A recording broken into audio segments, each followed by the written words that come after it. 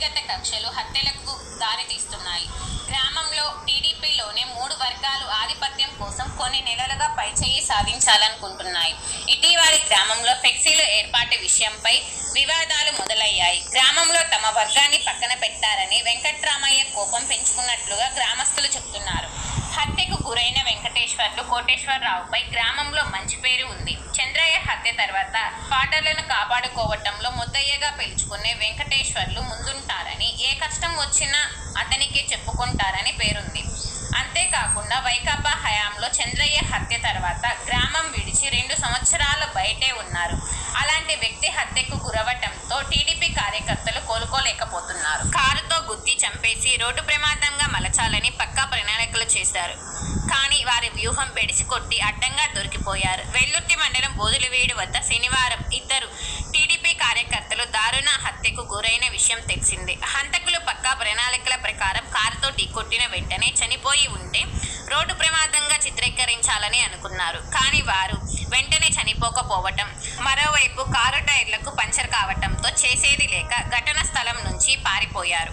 పోలీసులు కూడా మొదట హత్య కాదు, రోడ్డు ప్రమాదం అని చెప్పే ప్రయత్నం చేశారు. సంఘటన స్థలానికి వెళ్లి పరిశీలిస్తే మృతులపై విచక్షణ రహితంగా దాడి చేసిన ఆనవాళ్లు ఉండటంతో జంట హత్యలు అని పోలీసులు ప్రకటించారు. ఈ నెల 21న గుండ్లపాడు గ్రామంలో పల్లెనిద్ద కార్యక్రమం ఏర్పాటు చేసిన భారీ వర్షంతో అనుకున్న విధంగా సాగలేదని గ్రామస్తులు పోలీసులు పేర్కొన్నారు.